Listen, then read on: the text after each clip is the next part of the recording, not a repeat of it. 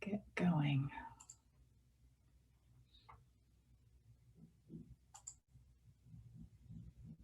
Okay, just to confirm that you can see that all right? Yep, looks great. Wonderful, thank you so much. Okay, so I first want to start by acknowledging that we are meeting here on multiple territories today, and I'm located in Treaty 6 territory in Amiskwichi, Waskaikan, or Beaver Hills House, Edmonton, which is the territory of the Papas Chase and homeland of the Métis Nation. I am indeed happy to be here, and I really thank the organizers, especially Kelly and Janae, for the invitation and the great communication and support. And really most of all for this opportunity to gather my thoughts around mobilizing justice in the context of the oil/tar sands of Northern Alberta's fly-in, fly-out, or FIFO regime, which includes drive-in, drive-out, and bus-in, bus-out rotational work, whereby workers live in one place and work in another and are away for a week or more at a time on scheduled rotations. Although, as we will see, this is not necessarily as regular as imagined. So if there's one basic point I want to make today, it is this: the human costs of FIFO work are both shaped and obscured by its structural characteristics. The lived conditions of the so-called FIFO lifestyle, frequent rotational travel between home and work, camp living, distance and time away from home and family, can create and/or deepen both physical and mental health challenges. And these, in turn, are inseparable from the structural characteristics of the oil sands industry that drive and shape worker experiences, including boom and bust, a culture of sucking it up and keeping your head down, and a system built on interdependent yet highly unequal forms of mobile work. So given that FIFO employment is stretched across both social and jurisdictional space and time and constantly in flux, it is very challenging to pin down and do something about its human costs. And it is workers who are caught in the crosshairs between what I dub your money or your life, the potential impacts on the well-being and life quality of both self and relationships on the one hand, and the money to be made through and in spite of those impacts on the other.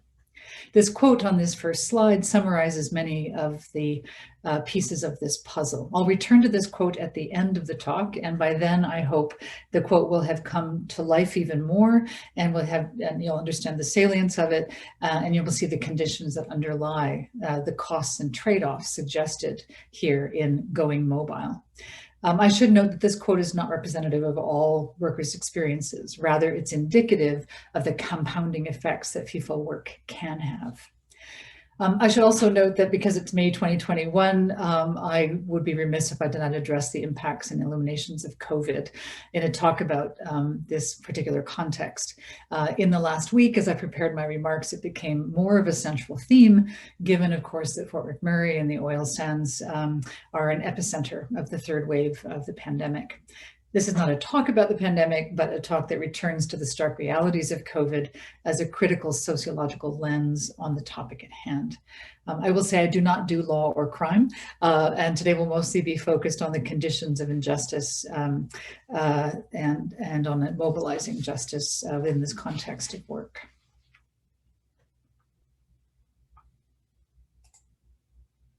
So a bit about the research context here.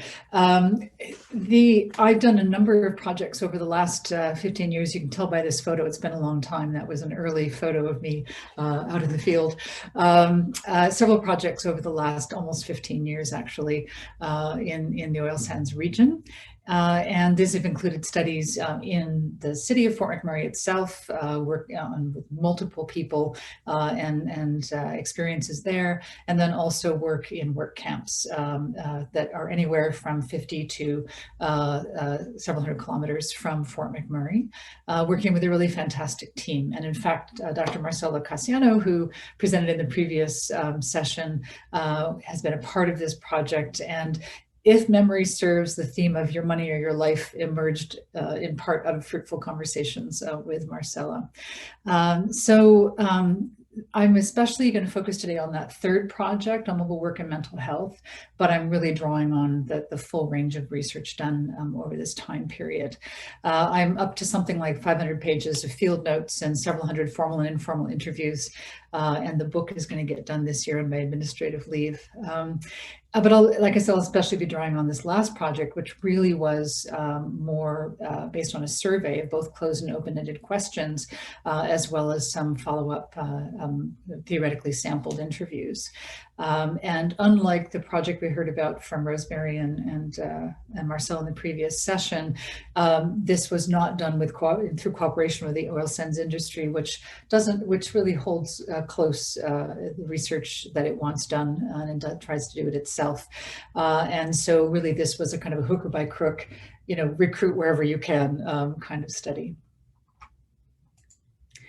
One of the key concepts that I work with, just as sort of background to this talk, is that of the mobilities regime, which really is a mobilities and immobilities regime. And this is a notion that really emphasizes the ways in which people's mobility, let's say in the context of a political economy like the oil sands, is really shaped very much by that political economy, by the institutional sort of regulations of how people are able to move or not move.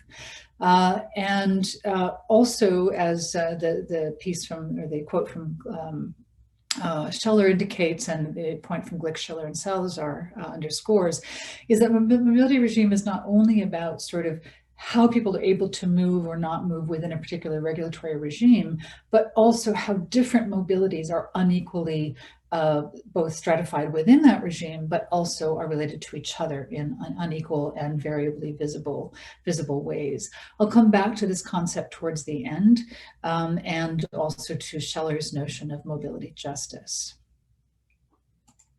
So to get a bit contextual here, let's situate ourselves. The Athabasca oil sands are the world's third largest formation of petroleum deposits, 140,000 square kilometers, under which lie the sticky bitumen from which heavy oil is extracted and upgraded. Fort McMurray is the urban service area to the regional municipality of Wood Buffalo, which is one of the largest regional municipalities in North America that encompasses a good portion of the northeast quarter of Alberta. And this includes a number of smaller communities as well, including Indigenous communities such as Fort McKay and Fort Chipewyan. The regional municipality of Wood Buffalo, which encompasses the Athabasca oil sands area, grew from some 35,000 people in the late 1990s to more than 100,000 in 2014, and is now back down to probably around 70,000, although they're in the middle of their census right now. As this chart shows, some but not all of that growth was due to the so-called shadow population of non-resident people or mobile workers, which grew to as many as 50,000 in 2014 at the height of the boom. With the downturn that took hold in late 2014, which we are still in, it of course has subsided by quite a bit. Some of these mobile workers live in Fort McMurray, but a small percentage, about 90%, reside in work camps when they are there on their rotations rather than in town. Currently, Fort McMurray has the highest per capita rate of COVID infections in the country and is under a state of local emergency with their hospital overwhelmed. There has been some blame on the mobile workers for this. Various fingers are being pointed in various ways. But what I really want to focus on today is the way in which not only is this outbreak sort of inevitable given the context, but also how it reveals some of the underlying conditions that are always there for mobile workers. And of course, the outbreaks have been in town and out at work camps. There are more than a dozen outbreaks at work camps, and these are located again anywhere from 50 to hundreds of kilometers from Fort McMurray, near to the oil project sites. It has been exacerbated, and this is another sort of structural condition here, by the fact that we're in shutdown season when thousands of workers arrive to do intensive maintenance work where the projects are shut down, which is a great revenue loss to industry while they're doing maintenance work. And so this big outbreak is very closely related to the fact that there has been quite an influx of workers during this period. Given the nature of this work, there are no doubt more cases than official numbers report. So to get to the heart of things today, I want to get to what I mean by the nature of this work. The answer to this question takes us from COVID to the broader built-in conditions of FIFO work, the conditions that have real health and life consequences, COVID or not, but which have contributed to its spread. This work is interjurisdictional, with residence and workplace being anywhere from 100 to several thousand kilometers away from Fort McMurray and the oil sands. It brings many people together from diverse places in less than ideal sort of employment conditions for staying safe, both physically and mentally. So I want to turn to those conditions now. And their consequences, starting with the lived practices and experiences of FIFO workers. I want to focus on three facets of the sort of conditions of FIFO work. And this comes out of the survey that we just did, which is not a huge N, but it's a very rich data bank of information. And these three highlighted conditions are three that I'll look at in terms of aspects of FIFO work that are especially stressful for workers, with distance from home family being the clear winner, loser, however you want to look at that in terms of stress. This project, I should say, was done in conjunction with Valerie O'Leary. It was a partnership engage grant, and she's a critical incident stress management specialist who's worked in Fort McMurray for many years. She's the person who gets called out to site when there are critical incidents major injuries or sometimes suicides, for example, where she's the person who goes in to help. So we've been partnered on this project over the last couple of years. And I would say that in this project, we had an overrepresentation of contract workers and contingent workers, and also overrepresentation of women, which we were very glad for. About a third of our participants were female, which is higher than is represented in the workforce up there. So I'll address each of these conditions in turn. So let's start with frequent travel. Workers told us about the stresses associated with travel. And these range from weather to length of journey. But what I want to point to is sort of how these stresses play out. So weather, for example, you might be driving 2 hours to the airport if you live in Atlantic Canada. You might be driving back and forth, a 12-hour commute to get there. If you're on a shorter rotation, such as a 10 and 3, where you're working 10 days on, 3 days off, or coming off of a night shift, then the weather is even more of a hazard because you're going to be tired and exhausted, and you're trying to rush home to spend as much time as possible in just a 3-day period. And so we found that people that had that shorter home rotation of just 1 to 3 days, as opposed to a week or longer back home, found travel much more difficult. Cost. Workers sometimes pay for their own transportation, depending on the kind of employment they have, but also depending on boom and bust, which I'll get back to in a minute. Length of journey. People described sometimes very complex sort of journeys of, getting driven to the airport, taking 2 or 3 flights, and then getting on either a shuttle bus or a taxi to get out to the camp for their rotation. Also really important for travel is transitioning. Travel is not just about the movement itself, but the anticipation of doing so and the constant transition from one sort of intensive state to another. Intensive time at work, intensive time at home. And not surprisingly, we found that people with children were significantly more likely to rate transitioning back home as difficult, to something like daddy time, where you go from being intensively at work to intensively being involved in family life and needing to let go of work, which is hard to do. At a broader level, this stress is about both repetition and uncertainty, the constant back and forth and knowledge of its impacts, which is just ongoing, but also the constant changing conditions of travel, weather, cost, etc., and changing rotation schedules. COVID is important here in many ways, but I'll give one example, which was during the pandemic. For example, we heard of a worker in Newfoundland who was afraid to fly when the pandemic started, and it was just such uncertain conditions. They ended up driving back and forth from Newfoundland to Alberta for their rotation. The second key issue I wanted to point to is camp and camp dwelling. This was a pretty evenly distributed stressor for workers. They spoke of poor morale, people getting cranky the further into rotation they were. And as we found in the survey, the longer one has been doing FIFO work, and the higher the number of sites, different sites that one has worked at and different camps one has stayed in, the higher the stress of living in camp. It takes extra effort to stay healthy. Workers who identified as racialized minorities reported worse morale in camp, and women identified the challenges of self-care in an atmosphere of harassment and having to always prove themselves. The sense of imprisonment and isolation. Rooms are small, walls are thin. Camps are temporary dwellings with a strong institutional feel. Food was probably the number one complaint. And then imagine having a dietary condition and trying to bring the food you need for 2 weeks at a time, because the food in camp is not food you can eat. One person told us they drove 12 hours instead of flying for their rotations, precisely because they needed to fill their truck with all the food that they needed, because it wasn't available in camp. Again, repetitiveness and uncertainty. Camp is a deeply routine-based place, oppressively so, and yet at the same time can be very jarring, where every time you go and come back, it's like coming back to something new again. So there's this very strange experience for workers of both of these things going on.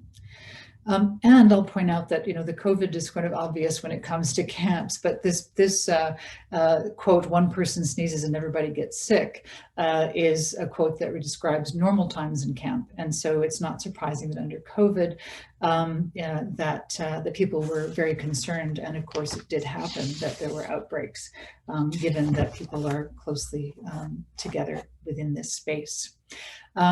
Unfortunately, that can also mean exacerbating mental health, in that, for example, dining rooms were closed down because it was a common space, meals being delivered to rooms, but that meant people were all the more isolated, staying in their individual rooms.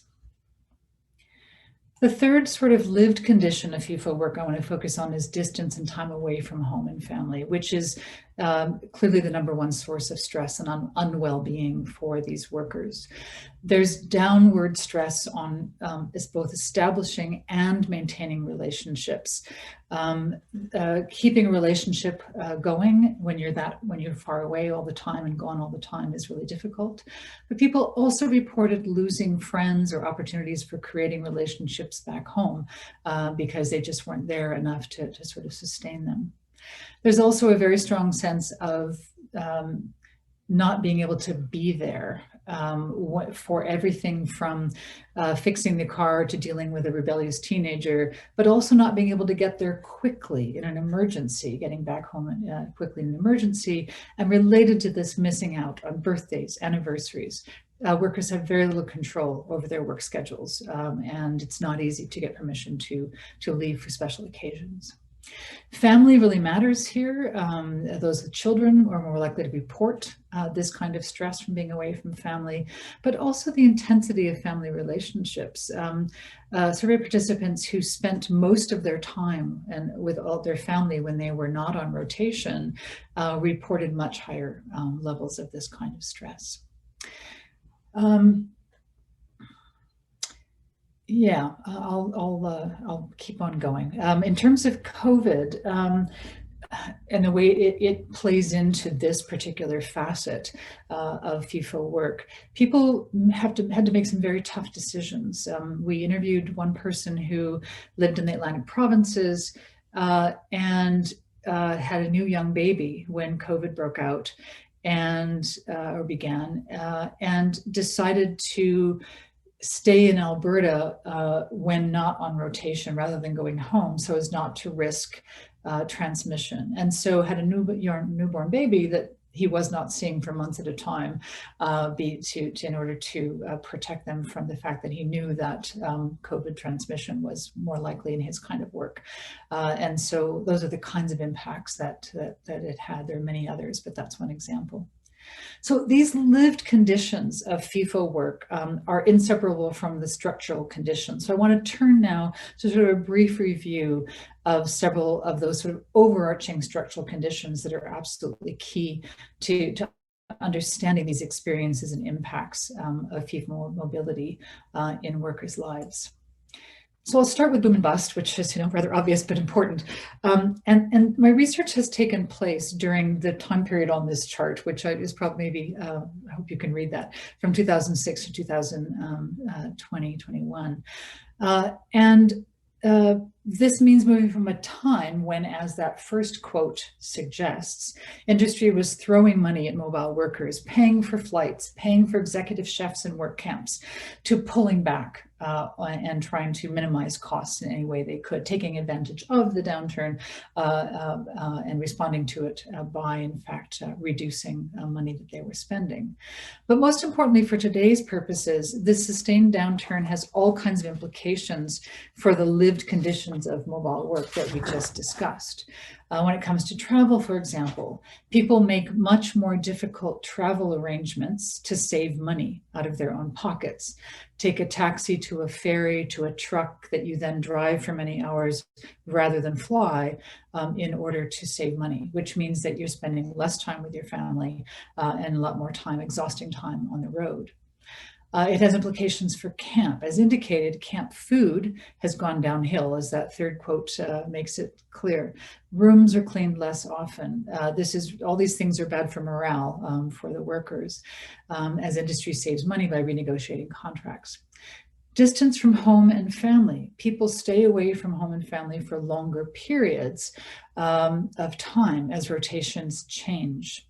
So rotations went more and more towards 10 days on, 3 days off, instead of, say, 2 weeks on, 2 weeks off during the downturn. And so people end up making really difficult decisions. My travel's not being paid for. Is it worth it for me to go home if I can only be there for a few days? And so the downturn has had all kinds of effects on exacerbating those mental health and well-being questions for these workers. The downturn also has other mobility implications. Workers are being shuffled around more from site to site, being asked to fulfill more different kinds of roles at project sites. And the pressure to perform to keep your job is higher than ever. You are more replaceable than during a boom period when employers are scrambling to find workers, which means you're willing to stay an extra week or two if asked. Even after 8 exhausting weeks on a maintenance project, you might stay an extra week or two. You might be willing to drive into town from camp to score drugs for your supervisor, to stay in your supervisor's good graces in order to keep your job. So this reality of the oil bust conditions and labor disposability is really important to a second structural issue. And this is probably the most important finding of our most recent study. That is a culture of sucking it up and not reporting, and in fact actively avoiding workplace health care, and which means workplace health surveillance. Why? You might ask. The answer is in these representative quotes on this slide. A masculinist culture of sucking it up, although this is a sort of generational thing as well. The sacrifice and singular purpose of mobility. You are there to work. The only reason you are there is to work and make money. So as this worker says in that second quote, reporting sick defeats the whole purpose of being mobile and being away from your family. The trade-offs are there so that you will work and make money. In addition, there's strong pressure to show up. And because if you don't show up, you're letting down your whole crew and you're in a high pressure work environment. But most importantly, we found a strong sense, and it just became apparent from day one of this project, that workers avoid reporting health issues or injury, or even dropping into the medical station because it will come back to bite you. They fear that you'll get a reputation and you won't be called back for the next job. And if you do get time off for injury, that you will go to the bottom of the list for the next possible contract, which is, of course, makes this highly related to contract work and contingency, but also to a strong sense of workers, among many of them being just cogs in the wheel. This chart here shows one of the findings from the survey, which was that almost 60% of those who had access to on-site healthcare said they were not likely to use it. And it was clear that it was for the reasons we've outlined here, that they did not. We also found that, as this last quote suggests, this is an unevenly structured and experienced fear. Racialized workers and women report the highest amount of general stress, which also must take into account other conditions of work, including discrimination and harassment. More than 2/3 of the women in the survey agree that they had experienced discrimination versus 36% of men. So in a context where keeping the opportunity to do mobile work depends on sucking it up and proving your worth, you don't want to be a problem, but this is even more so an issue if you are Indigenous, Brown, and/or a woman. So this leads to the final point I want to make about structural conditions, and that is to come back to the idea of the immobility regime, to focus on an industry like the oil tar sands, which depends on multiple interlocked forms of mobile work that are variably visible and unequally situated in relation to each other. From the sort of quintessential FIFO oil worker on a regular rotation, who is a white male worker, to less visible mobile workers, such as the women and racialized minority men of the camp staff, who are also mobile workers, who clean and cook and provide security at work camps. To the contract workers in the oil sands who come for short stints on maintenance projects on these horrible rotations, to the local Indigenous companies that provide water services, to the temporary foreign workers who sometimes stay in camp for 6 months at a time, to the secondary migrants, often originally refugees to Canada, who come to Fort McMurray to take their chances, even in boom times, and hit wall after wall in trying to find work. These different mobilities have different motility, right? They afford people different kinds of choices and capacities and opportunities for taking advantage of mobility, and different dynamics of mobility and immobilities. For example, women, highly mobile, trades workers, are immobilized more in camp for their own safety. They move around less in camp, often for their own safety and to avoid harassment. Somali Canadian drivers eke out a living driving a taxi in circles in town because they can't get a good job driving out at site. People lower down the construction hierarchy spend longer away from families, stuck in camp because they can't afford to fly back home or go back home. A quick examination of stories about COVID outbreaks in the oil sands would turn up very few mentions of camp staff and workers, except we have to note that the deaths that have happened because of COVID. One of the deaths reported was of a security guard in camp. And one of the first deaths reported was a contract employee from Acton, a company that supplies contracted support to both camps and oil sands sites. But it wasn't counted as an oil sands death, a pandemic death, because it wasn't directly traced to an outbreak at the site where this person worked. I would point out as well that under COVID, there have been some reports in our project of increased racialized tensions in camp. Security guards who are quite often racialized workers, quite a few from East Africa, who have to do the work of enforcing regulations in camp for a largely white male workforce. And under the new conditions of COVID, with distancing and masks and the new regulations in camp, that frustrations have often come out against those security guards from the oil workers. So we have to bear in mind not only that there are multiple kinds of mobile labor, but that some of them are more visible than others. These come with different and unequal precarities. And what's more, the industry relies on the differential and flexible relationship among these different kinds of mobile work. So to come back to your money or your life, and the quote with which I started, there is money to be made in the oil sands. Although this is relative to the opportunities elsewhere, it depends greatly on the kind of work one does, who one is, the particular social stratification of the labor force in this industry. And it is for many highly contingent work based on short-term contract and constant flux of the price of a barrel of oil and changing industry needs. An astounding 69% of our participants had a significant life change in the past year that affected their health. A major change in their job situation. Almost half had a long-term diagnosed health condition, and 40% had sought some kind of help for mental health in the past year. I cannot, claim causality here, obviously, but workers are telling us how the FIFO lifestyle wears them down, affects their individual and family well-being, and sometimes kills them.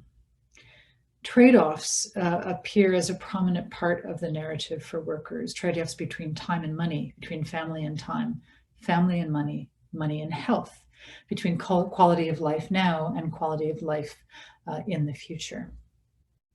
So how do we mobilize justice in this context? I don't have all the answers, or even only a few of them to start with. The pandemic, I would say, has exposed many of these issues I presented today, and the question is what to do about them. I won't go over each of these, but just give you a chance to look at them. But I do want to point out a couple of things. The workers gave us a series of recommendations, but almost in all cases, many of the cases, said, you know what? It's just the way it is. It's nice that you're doing this study, but nothing's going to change. This is just the way it is. They suggested, but laughed at the suggestion that they could get better rotation schedules, and basically indicated these would be nice things, but we're not going to hold out any hope. And perhaps no wonder that this was their response, given survey participants' assessment of employers' commitment to well-being and minimizing stress, as the chart at the bottom shows. We can see that almost half of workers disagreed that employers were committed to minimizing stress and considered well-being as important as productivity. In terms of other recommendations that I put together on the other side, the right side of the slide here, I would point to a couple of things here. There is really badly a need for better data. This survey is a hook or by crook kind of survey, and there really needs to be a better government data gathering, but also I would suggest that more pressure on industry to in fact be providing fuller data on the workers in the oil sands. I also want to point to worker-led initiatives. We ran into a couple of them in this project, a group of women supervisors who had formed a group to discuss regularly what they could do together about some of these pressures and stresses and forms of unhealth that they were encountering in the oil sands. And also more recently, a group of Black workers in the oil sands who are trying to come together to address the racism that they encounter. And there are, of course, roles for government, nonprofits, and industry in all of this. So I will end there and say thank you very much for this opportunity. And I've listed here some of the questions that Scheller poses. I think these are great questions in her book, Mobilizing Justice, about how we think about justice in relation to mobility, immobility, and the governing of mobility. So thank you very much. Great. Thank you so much for that wonderful talk, Professor Dorow. Just opening it up for questions right now. So it looks like we have about 10 minutes for questions. And we do have one question. How does your data compare with data from industry rhetoric or other groups such as labor groups? Yeah, that's a great question. I should say that we have just finished analysis and are writing up the report. So that's some of the work we're in the middle of is doing that kind of comparative work. I'll tell you what some of the industry rhetoric is, and one of the most difficult parts of doing this work is that you do have the layers of you have the operators like the CNRLs and Syncrude and Suncors of the world, and then you have contractors and subcontractors. And so one of the pieces of rhetoric is the operators saying, well, we're fine if there are problems, it's the contractors. Right. And so unfortunately in our study, we got mostly people working for contractors. And so I don't have enough to say to prove or disprove that particular point of rhetoric. But it is a way to, unfortunately, I think, to sort of deflect, right, accountability to all those layers of mental health, right, among workers of all kinds. In terms of labor, certainly unions in Alberta and health and safety associations have been drawing attention to these issues. And where they've been looking to is Australia. Australia is way ahead of us. This is the first study, and we just wanted to get this going. You know, we just wanted to get this started. As far as we know, this is the first study in Canada to look specifically at how FIFO conditions shape mental health and well-being. And Australia is miles ahead of us, especially in research done in the Pilbara region, mining region in Australia. And so health and safety associations here have been looking to Australia for policy and practices. That buddy system that I put up on my slide is actually an idea that comes from Australia in response to high rates of depression and suicide among workers in the trades who do FIFO work. So that's how I would respond to that question. Sorry, I committed the cardinal sin of not unmuting myself when I was trying to speak there for a second. So thank you very much for that. We do have another question in the Q&A, and it is a two-parter, it looks like.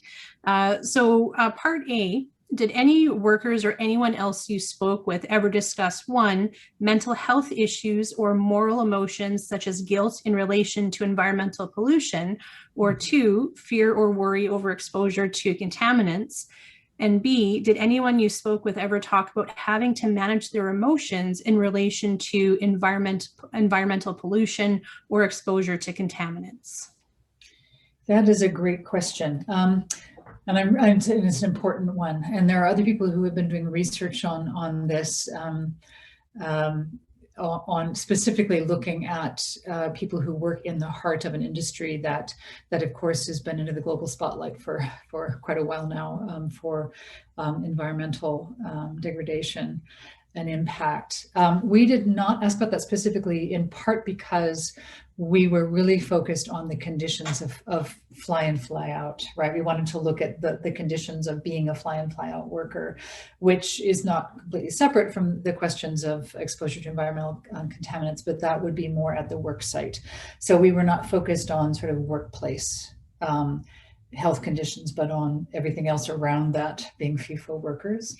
I will say that it did not come up, like workers did not, there was plenty of room for them to respond subjectively in the survey, and it came up very little among, these were all oil workers that we were talking to, did not come up as much. It's certainly come up in other of our research in previous times around, for example, even the chemicals that people are exposed to as camp staff cleaners, right?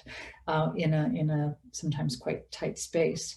In managing emotions around environmental issues, that's a really important question, and it's come up, I would say, in various ways throughout my research over the years. And it really has to do with whether you live in Fort McMurray or not. I would say people who live in Fort McMurray, there's a lot of work, emotional work, I would say, that goes into dealing with the fact that you live at in the heart of a place that is under the scrutiny, and a lot of work to defend in some cases. In other cases, to work against and to try to call out the environmental issues, but in a context where that is not well received all the time. So in terms of the fly in, fly out workers, they don't feel a particular attachment, most of them, right, to that place or what it does. Some of them, they will vary in how they feel about the environmental impacts, just like we would in the population. Great, thank you so much. We have the questions are keeping on coming here, and probably we have room for this last question, maybe one more, we'll see. So the next question, did you find anyone using any kind of substances for performance enhancement? Did you find anyone using any kinds of substances to self-medicate? And if so, was there any change in the kind of substances over time? Was there any other kind of variation? Yeah, gosh, I wish we had, this was just a 1 year small project. So, in a perfect world, we would be doing a time study, right? And looking at changes over time and across people's lives, depending on changing context, right? Across boom and bust, for example, or even across different work sites. And so what we're hoping is that this study, right, will sort of raise a whole bunch of questions that we need to address and look at more carefully and more closely. Yes, we certainly ran into people using substances of various kinds. We did not ask a lot of specific questions about, this was an hour to an hour and a half to fill out this survey. We covered a lot of ground, and we did ask about drug use. People, I think, underreported drug use when they were at work and in camp, but definitely reported, those who did report using drug use were more likely to be using it home than at work because of the implications of drug testing and how that might come down upon your head. But at the same time, everybody said, yeah, it's everywhere, right? They didn't necessarily admit it doing themselves, but said, yes, this is everywhere. The performance enhancing, we didn't ask specifically about that, but we asked about using cannabis and also about using illegal drugs. We also asked about pain relievers, which I think is really important. And I don't have the percentage at my fingertips right now, but many people reported using pain relievers. Women were more likely to report using them, whether they were more open to reporting it or whether it means that women are in fact using those pain relievers more to get through hard physical labor and not be a problem, right? And not have to report health issues is something more to be explored. Sleeping pills. I didn't talk about sleep in camp. We found a high percentage of people who had difficulty sleeping in camp, and women were significantly more likely to have difficulty sleeping in camp. And again, use of sleeping pills was certainly something we ran into as well. And again, I don't have the percentage at my fingertips, but yeah, so all kinds of drugs are being used. And I think a study focused specifically on that would be incredibly important for the different kinds of drugs being used for different kinds of things and depending on the kind of work people do. I would not be surprised if it were found, for example, that the shutdown, the really intensive work of shutdowns were to be associated with performance enhancing drugs. It can be very difficult. That's probably the most difficult story I heard in this whole project was of a worker who had been on a shutdown project. They'd been working 8 weeks and they were asked to work another 2 weeks. They were working, 14, 15 hours a day, doing really heavy work. And at the end, a few of them were asked to stay even longer, like up to like week 12 or 13. And one of them who agreed to do so did that, ended his 12 weeks, went home and had a heart attack literally on his doorstep. And so it's that kind of sort of intensive, exhausting work that I think really needs to be the driver of looking at everything from anxiety and depression to drug use. Great, thank you so much for the answer to that question. And it looks like we are right up to the next coffee break here. So everyone, please again, thank me in joining Professor Dorow for the wonderful talk and for the answers to all these questions. And I think that this is leading into the next coffee break before the 1:30 panel. Thank you very much. All right, thanks so much. And I see the chat is blowing up with lots of wonderful comments for you.